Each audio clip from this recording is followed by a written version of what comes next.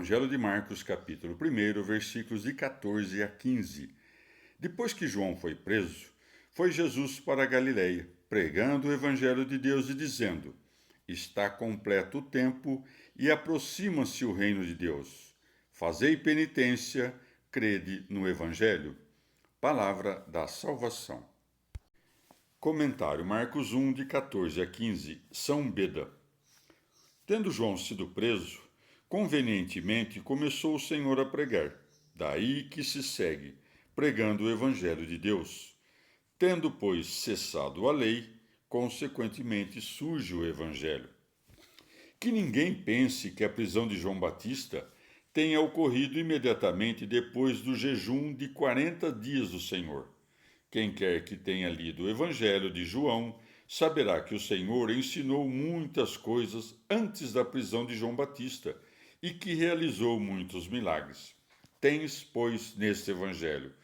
Tal foi o primeiro milagre de Jesus, João 2,11. E em seguida, João ainda não tinha sido posto na prisão, João 3,24. Conta-se que, tendo João lido os livros de Mateus, Marcos e Lucas, aprovou o texto da história e confirmou que disseram coisas verdadeiras, mas compuseram a narrativa de um único ano, aquele em quem Jesus padeceu, depois da prisão de João. Deixando, pois, de lado o ano cujos atos haviam sido expostos pelos três, narrou os feitos do tempo anterior ao encarceramento de João. Assim, tendo Marcos dito que Jesus veio a Galiléia pregando o evangelho do reino, acrescentou: Está completo o tempo e aproxima-se o reino de Deus.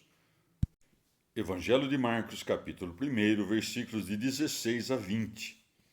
Passando ao longo do mar da Galiléia, viu Simão e André, seu irmão, que lançavam as redes ao mar, pois eram pescadores. Jesus disse-lhes: Segui-me, e eu vos farei pescadores de homens.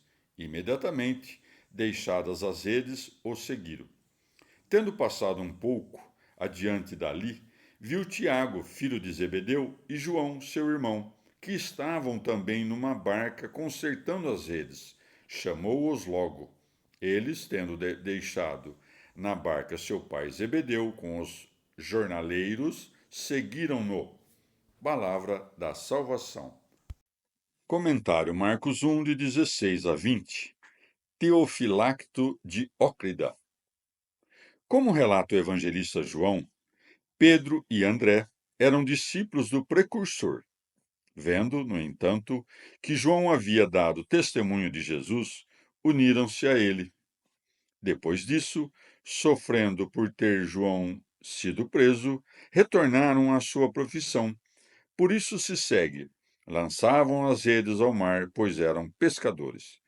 Vê que nutriam-se com o próprio trabalho e não pela injustiça. De tal natureza eram, pois, aqueles dignos de tornarem-se os primeiros discípulos de Cristo. Por isso acrescentou-se: Segui-me. Agora o chama pela segunda vez. Este é o segundo chamamento em relação àquele que se lê no Evangelho de João. Para qual finalidade o chamava, mostrou quando acrescentou: E eu vos farei pescadores de homens. Não convém demorar, mas imediatamente seguir o Senhor. Depois destes, ele pesca Tiago e João, porque, sendo também eles pobres, alimentavam-se seu pai idoso. Daí se segue. Tendo passado um pouco adiante dali, viu Tiago, filho de Zebedeu.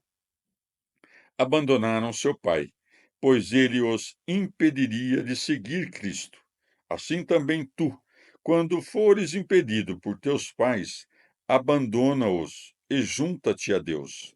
Dá-se a conhecer que Zebedeu não acreditou, mas a mãe dos apóstolos acreditou, ela que, tendo morrido Zebedeu, seguiu Cristo. Saiba igualmente que aqui é antes chamada a ação, depois a contemplação. Pedro é o símbolo da vida ativa, pois era mais fervoroso que os outros. João, por seu turno, significa contemplação. pois fala mais sobre as coisas divinas.